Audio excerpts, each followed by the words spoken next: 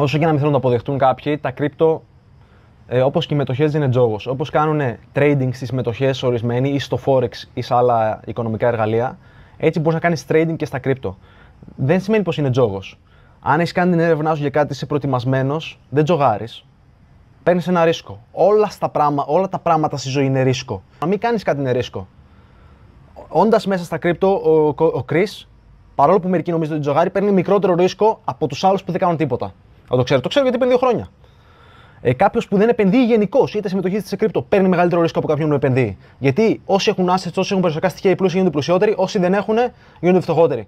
Και νομίζετε ότι ο Chris είναι τόσο χαζός που δεν σκέφτεται, καταναλώνεται τόσο στα κρύπτο και τζογάρει όλο του το είναι και όλη του την ύπαρξη και όλα τα χρήματα, χωρίς να τοποθετείται αναλόγως, χωρίς να κλειδώνει τα κέρδη του. Νομίζετε ότι είναι βλάκας ο Chris.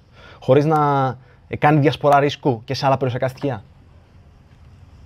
Νομίζετε, είμαστε βλάκες, νομίζετε κάποιος πετυχαίνει σε έναν τομέα όντας βλάκας? Κάνετε λάθος.